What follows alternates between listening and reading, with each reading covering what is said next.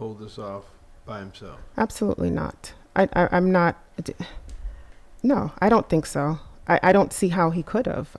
But then I can't say that because we did have a young man go the very tragic incident that I don't even like thinking about, and he did that by himself in a school.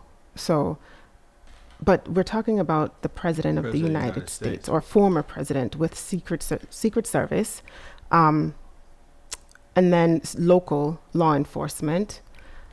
So how is it possible that he was 400 or 500 feet away on a rooftop of a warehouse that has a clear shot to the former president of the United States? And what people were saying to me that night when I was talking to them, let me just go back to why my head is moving the way it's moving.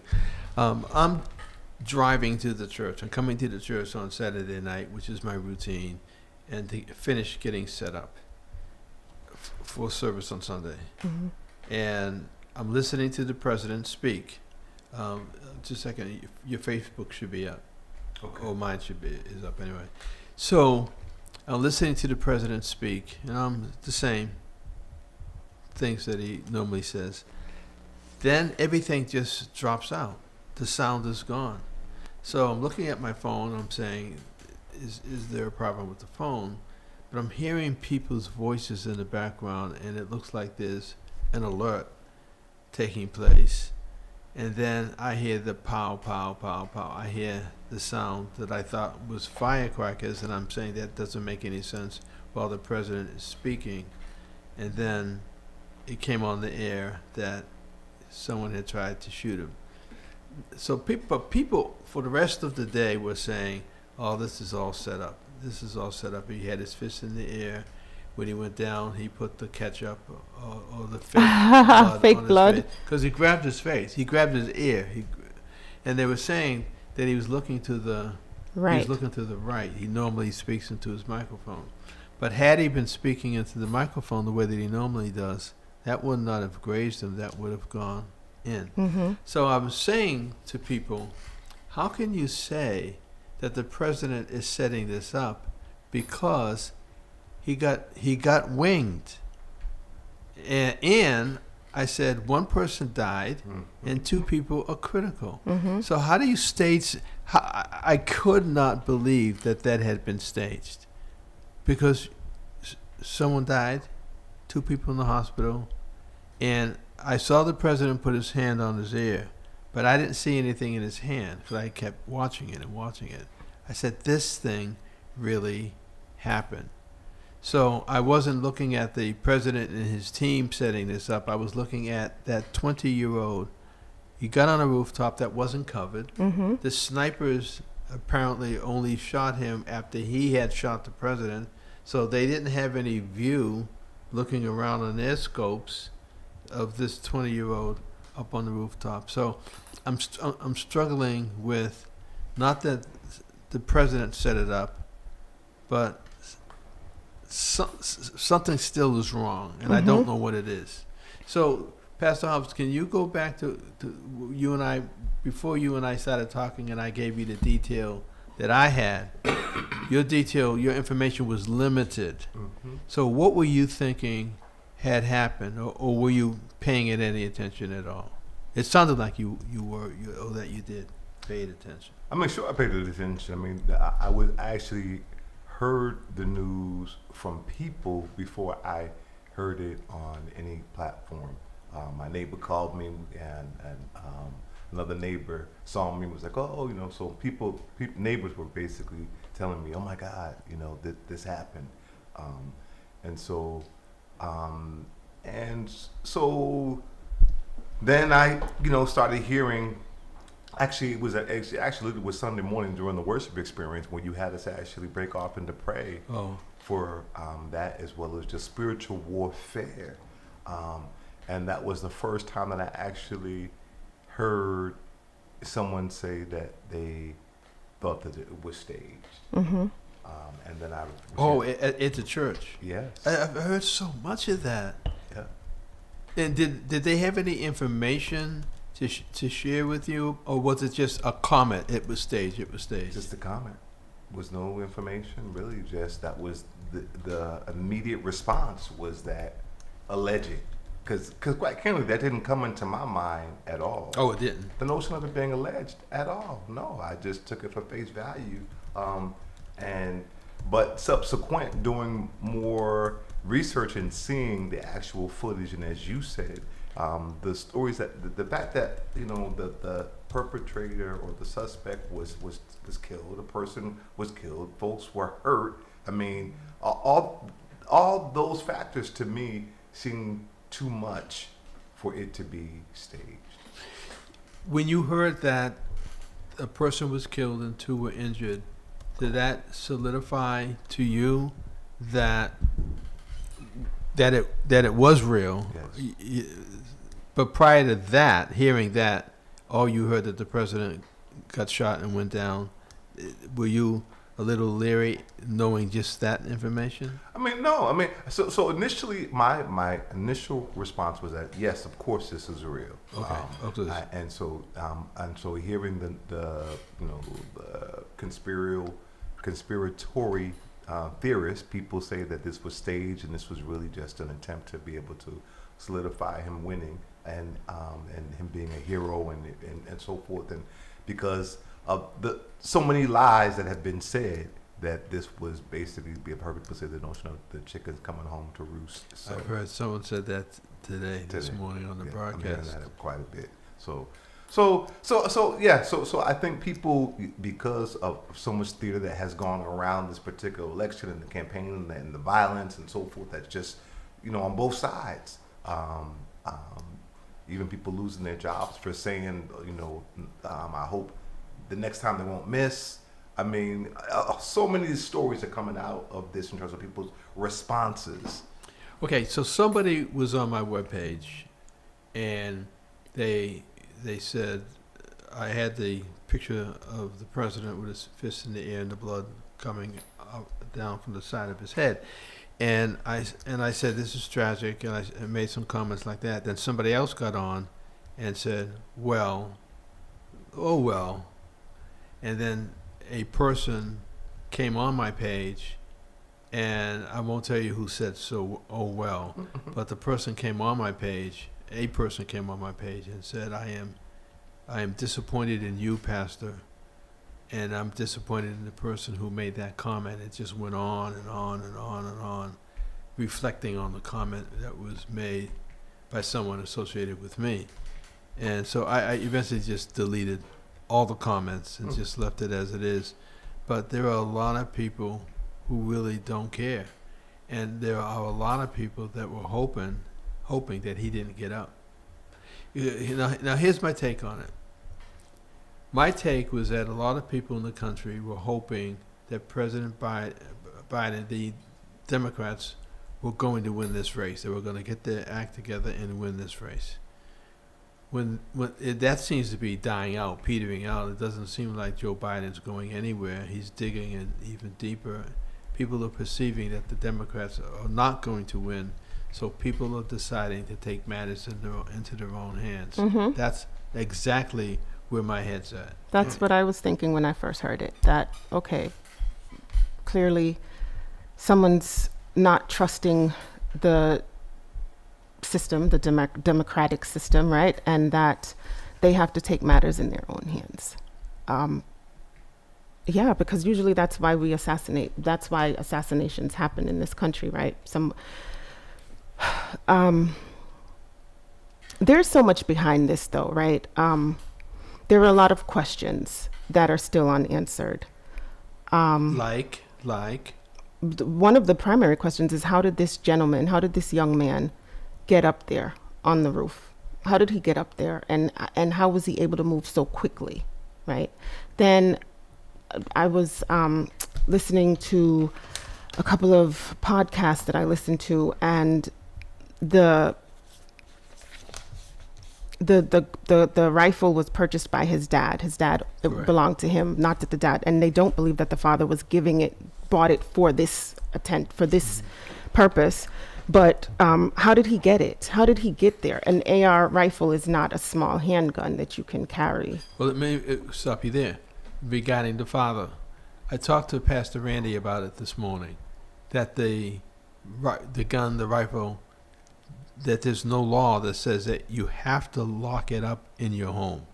I thought there was a provision that people buy the locks and the apparatus so that their family will be safe. So a member of the family won't take the gun and use it by mistake, or actually intentionally use it to kill somebody. So he stole his father's gun. So go on from there. So how did he get it? And how did he get up to the roof without anyone noticing him? But that's the other thing. They actually did notice him once he was on the roof. Have you seen the photos of him on the roof and the people pointing and saying, there he is right there? There he is with a gun? I didn't see. Okay, well, those... I know there's a video of his dead body, though. No, there's a video that came out yesterday Mm-hmm. of him actually on the roof, and it's kind of comical if you see it outside of the context of the assassination. He's like a worm squirming up the roof with the rifle, and people are saying, there's somebody on the roof, and they have a gun. There's somebody on the roof. And they said that a police officer, I think it was a police officer, I don't think it was Secret Service, climbed up on the roof and was holding on to the roof with two hands. And the young man saw him and pointed the gun at him, and he let go and fell to the ground because he wasn't going to get shot. His face was there. Wow. And by the time he hit the ground, that young man had the gun trained on the president and had already started shooting. Wow. But people were trying to warn the law enforcement officials for quite some time that there was somebody on the roof and they had a rifle, and they did not respond quick enough. So that's where I'm struggling. There was no law enforcement person that could have taken action. There were four counter snipers, 2 Secret Service and 2 local snipers on adjacent roofs. How did they miss that? How was it missed until after the shots were fired? And there's just so many unanswered questions that I don't know. How is that possible? So I want to push it just a little further. Mm-hmm. So this 20-year-old failed. Mm-hmm. This 20-year-old, who they said was bullied when he was in high school, he had just graduated from an associate college. He got his associate's degree from a community college. Aren't people going to say now, he didn't finish the job? Aren't they still, if they feel that the president is a threat, or this young person felt the president is a threat, and he's working with somebody else that they have concluded at this point they're not thinking that. Don't you think that they're going to continue to try to take him out? And here's the other thing I was going to say that I wanted to hear you both on it. Don't tell Karen this, but I was watching the Republican convention last night, and they had the president just waiting to come on. Mm-hmm. And Donald Trump was standing there, and I saw the bandage Mm-hmm. on his right ear, and he just looked different. And everybody is saying when that happens to somebody, to the normal average person, Mm-hmm. their introspective changes. They change. Mm-hmm. And I got pulled into this convention and watched him come out, and watched his family embrace him and other people embrace him, and he sat down. He didn't do his normal running to the microphone. And then the reporters were saying, it looks like tears are coming out of his eyes. I said to myself, is this man changing? Is this going to change him? I said, if he changed, would he be a good president? And then I found myself just getting pulled into all those other black people that were on the stage speaking and advocating for him, and I had to pull myself away before the convention ended. Why did you have to pull yourself away? Because I didn't want to get sucked into he's changed or he's changing, because I won't really know whether or not he's changing until he speaks. And then now I'm hearing this anti-Christ thing all over the place. Mm-hmm. Have you folk heard? Have you been hearing that? In terms of Donald Trump being the Antichrist. being the Antichrist. And again, I'm not getting sucked into that discussion because I need to go back to the Bible and start reading who the Antichrist is going to be and how he's going to act. But there's so much coming out of this. Mm-hmm. Yeah, no, I'm just, you're right. There is so much coming out of it, and I can't even digest and process all of it because it's in so many different directions. I have seen some things talking about like prophecy. I haven't gone to look at what the specific articles are, the details of what it's saying, in terms of, alluding that he might be the Antichrist or this ushering in the Antichrist, or so I haven't. Though I've seen some articles talking about it, I haven't been pulled in to actually go further because it's just so many different ways, so much things are coming out of this, right? And just trying to focus on like where do you focus to get what facts and what do you do beyond, from my perspective, obviously being prayerful, and not getting pulled into all these theories and things that we simply don't know. We don't know at my pay grade. So Jamal is saying he wants to know how each of us felt when we heard that there was an attempted assassination. He wants to know, how did each of us feel? I mean, I felt saddened. I felt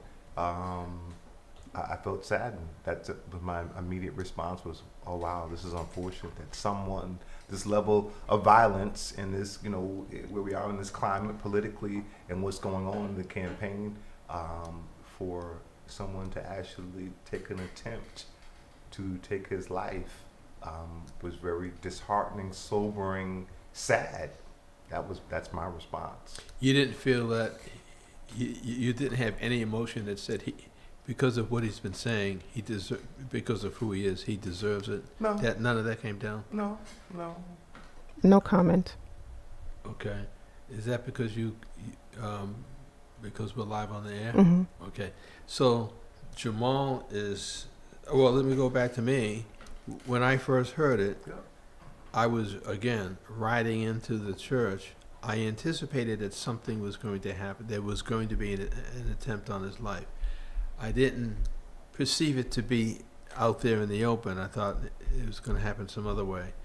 So I wasn't surprised and I wasn't shocked. Mm-hmm. And I didn't have any other emotion. I didn't have an emotion that said, I'm happy and glad, because I wasn't happy and glad. And then when I heard that innocent people were shot, you guys know that one of the person that was shot and died was a volunteer firefighter. Mm-hmm. And they kept stressing he was a hero, and I wanted to hear more. And this man threw his body over his family to protect them, and the bullet hit him. And I wanted to ask Randy this question, that when the Secret Service jumped on top of Donald Trump, they had to hit him hard.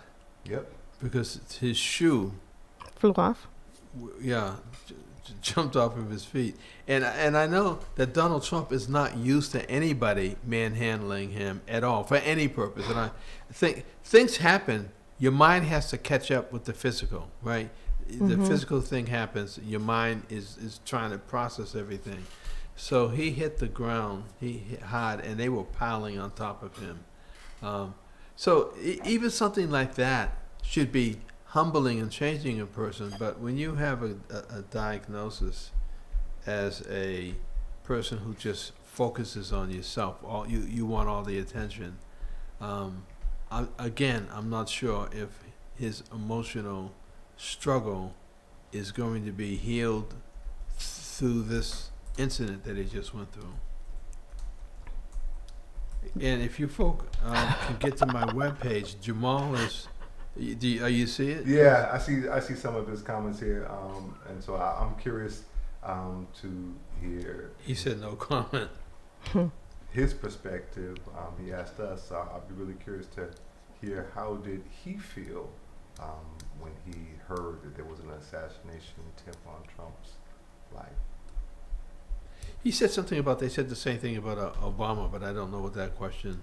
In terms of being the Antichrist, that's what he Oh, was, the you know, Antichrist. yeah, so, you know, people have said that, yeah, he was the Antichrist or going to usher in the Antichrist. So, And so I have to conclude that neither of you watched the Republican convention last night. I Mm-mm. did not. Okay, because they brought out a continual flow of black men a number of them were fighter pilots. Mhm.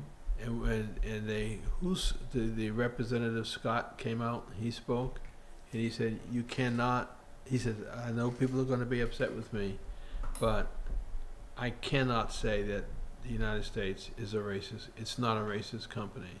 And the white folk in the crowd went completely crazy and stood up and applauded them. So all of the anti-thesis, the anti-things that we would normally say, Mhm.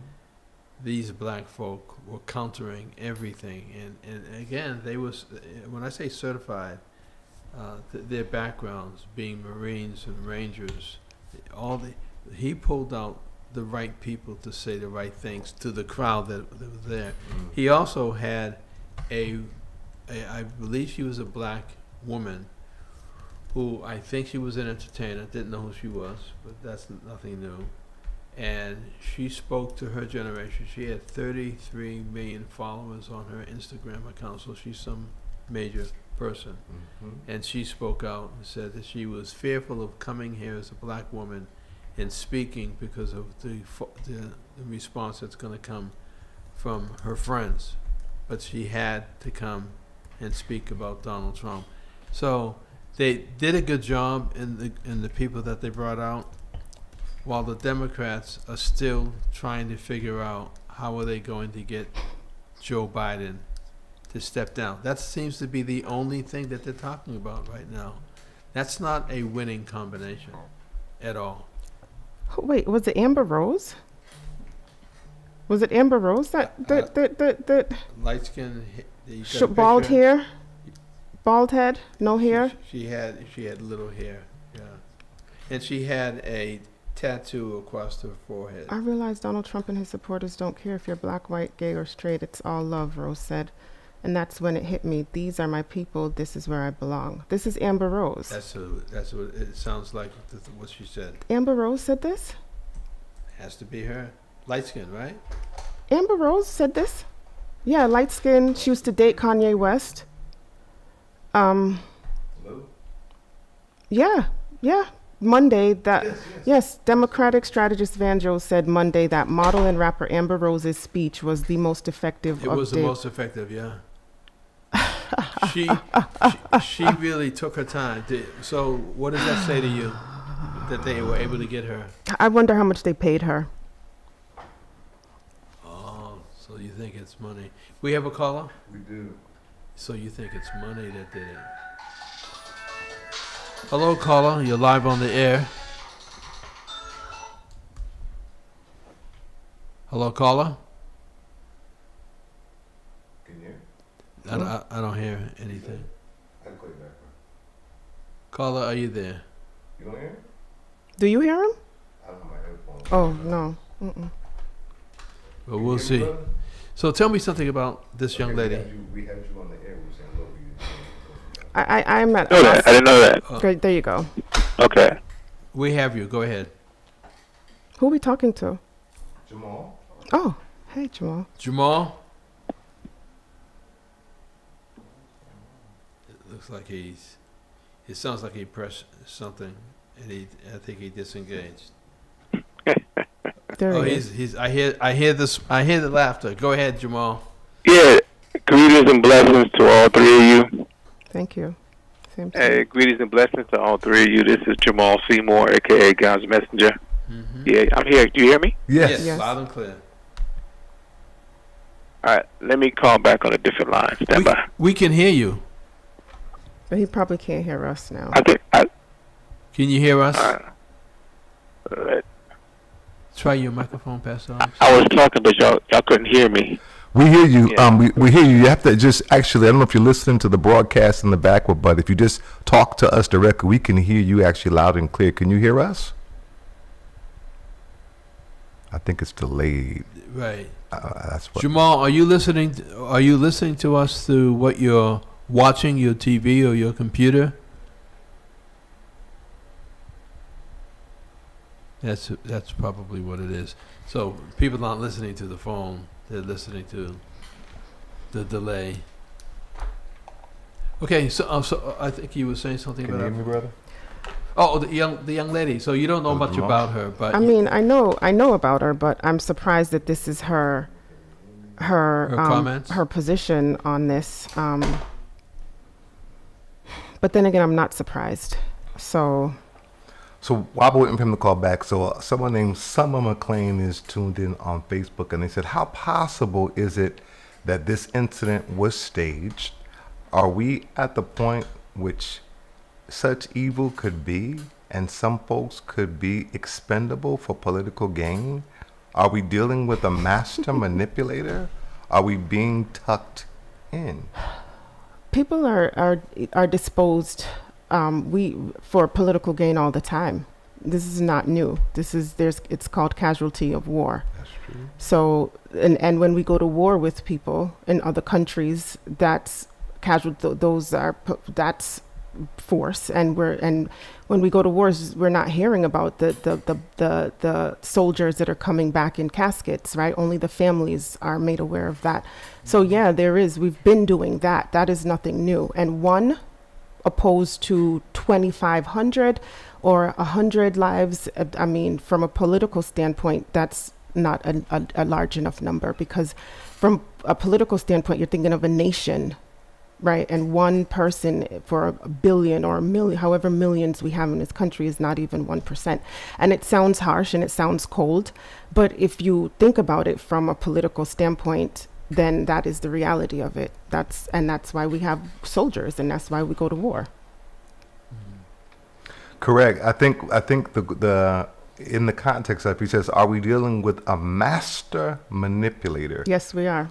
Is that a question? That was Yeah. a question. Absolutely. I think, my opinion, yes, absolutely. I think so. But we'll see. We'll know. We'll find out. One of my friends said to me yesterday, "He's your president. Get over it. He's your president. Deal with it." I've been feeling that no matter what the Democrats do, no matter what they do, they're not going to be able to overcome. There's something spiritual about this, but I can't.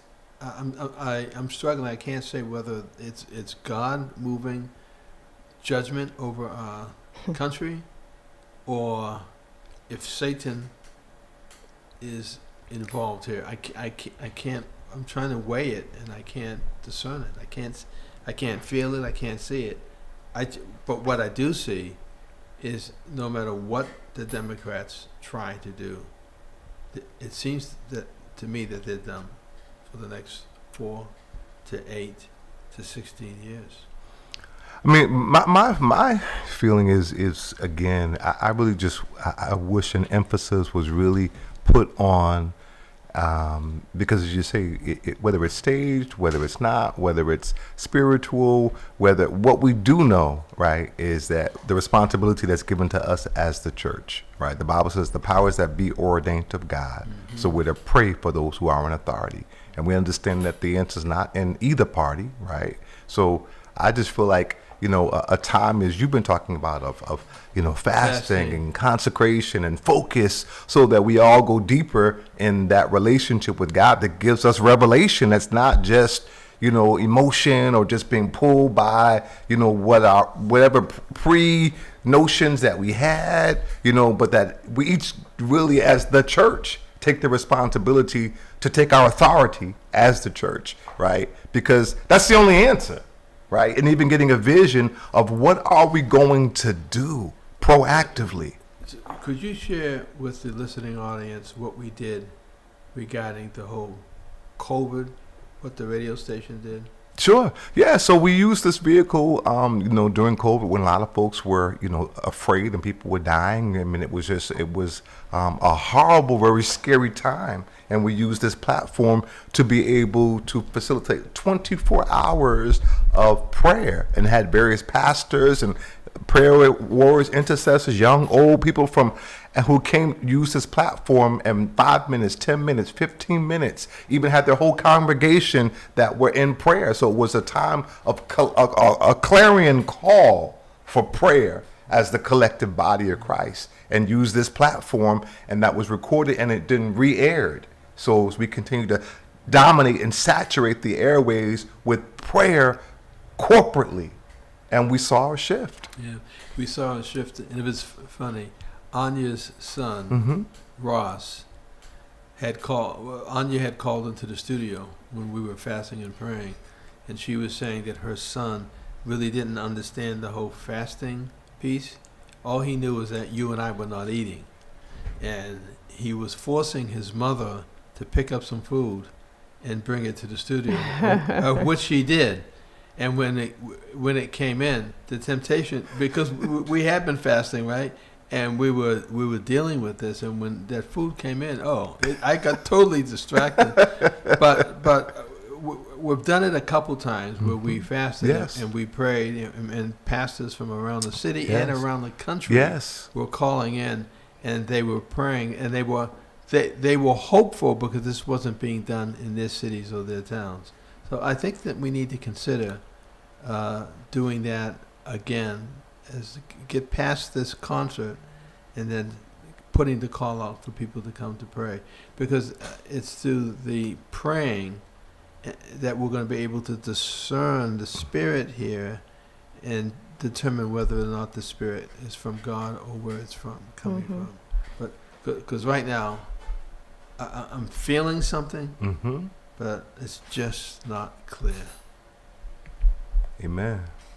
So we talk about, is this something that was set up? I can't go there. I'm struggling. My focus is not on Donald Trump setting this up.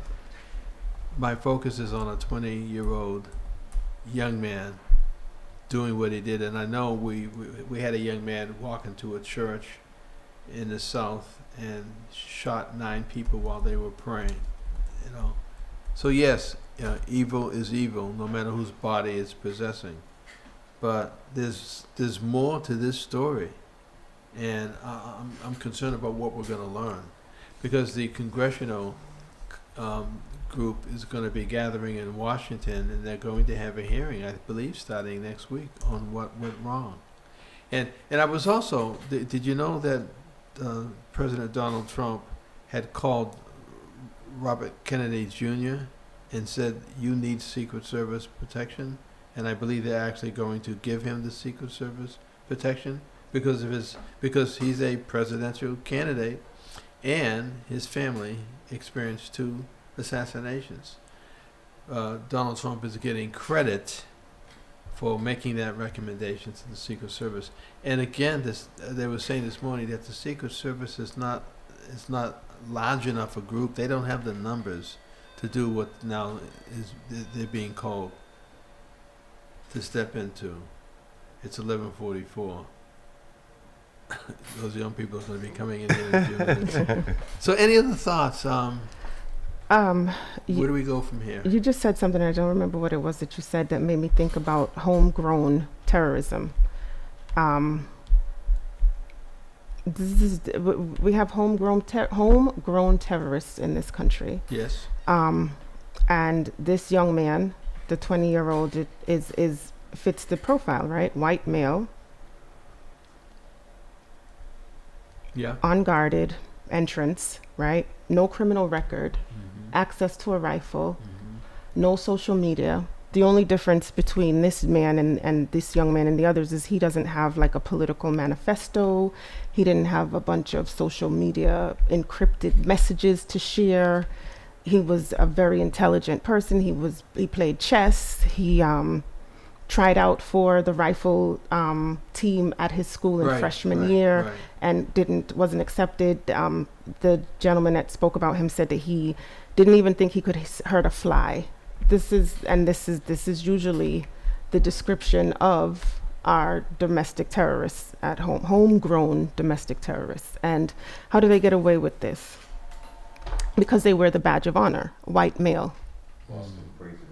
And there's nothing that you're reading that talks about his mental health profile, No. right? No, nothing at all.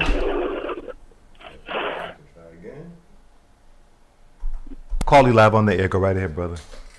Hey, greetings and blessings. This is Yes, Jamal yes, Seymour, a.k.a. yes. God's Messenger. Yes. And I posed the question that how did each individual, you three hosts, felt about that attempted assassination on Trump?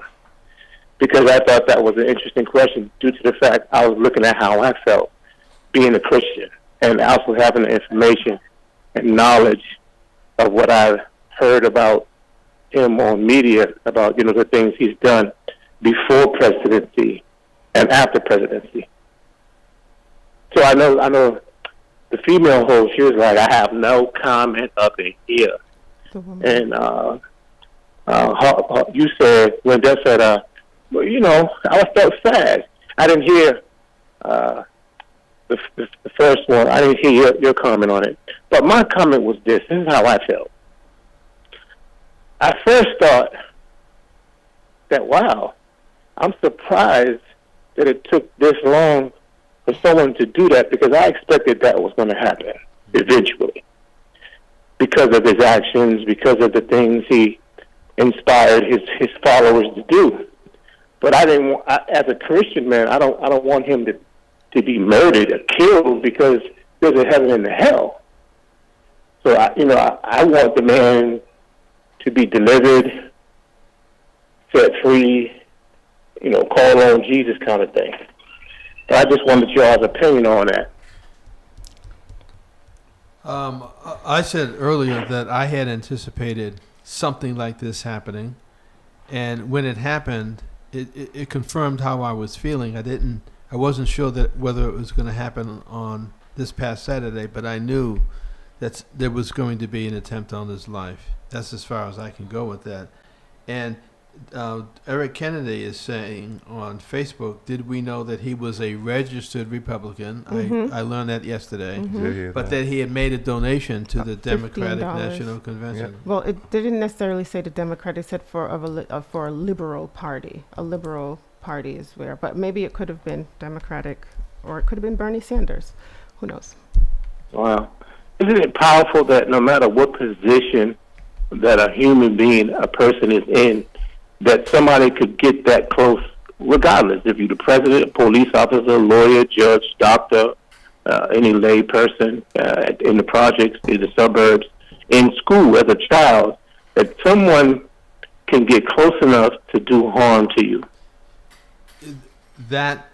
I thought you were going to say specifically in this instance, because specifically, that's my challenge. That's what I have to overcome. Is I can't not conceive of this young man, this 20-year-old, doing this all by himself. And so I'm going to be waiting to learn what the investigation proves. But are they going to be transparent? How do you feel about if this was an African American male? Would his face be up all over the net quicker? Of course. Of course it would. We know that. Of course it would. She said, yeah, we do that. Yeah. No. I mean, because I was like, well, who did it? I didn't see I had to go looking to study to see, well, who did this? Yeah. As soon as you don't see a face, you know that they're white. Right. When they're delaying how they're going to bring it out. And then I saw the picture of him with a sweatshirt on with some engraving. Wow. And then it just started to, they had to let it go. But again, right now, the elected officials, some of them who were responsible, the law enforcement who were responsible for protecting the president, they're all running for cover right now. They're all trying to figure out whose fault it was that rooftop was not covered. That they're not investigating with all the resources that they have. They're on a defense posture. And Jamal, we're going to have to go because we have a group of young people coming in right now, and they're going to take this broadcast. So thanks for calling in, and thanks for your comments on Facebook and in person.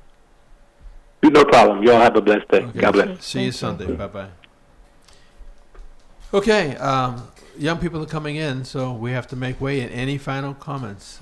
I can talk for days about this. I mean, my only final comment is just again a reiteration of a clarion call to the church, right? Because I really believe that's our only hope. And so for fasting, for prayer, for revelation, discernment, yeah. Anything on yours? No, really. I just am curious. We didn't touch on the VP, the running mate for Trump, and what that says for politics in this country moving forward, opposed to the Democratic Party, who's still lagging behind and not catching up and not realizing that society is changing, social climate is changing, and if we don't get up to speed, if they don't get up to speed, then the party is probably lost and gone away. Don't you think it's too late? It's never too late if you're doing the right. This is proof that it's not too late. This can happen, and it can be spun however you want to spin it. Do you think? We need another 30 minutes. Do either of you have a thought about what the Democrats need to do right now? Wake up. And take and pay attention to the climate that we're in right now.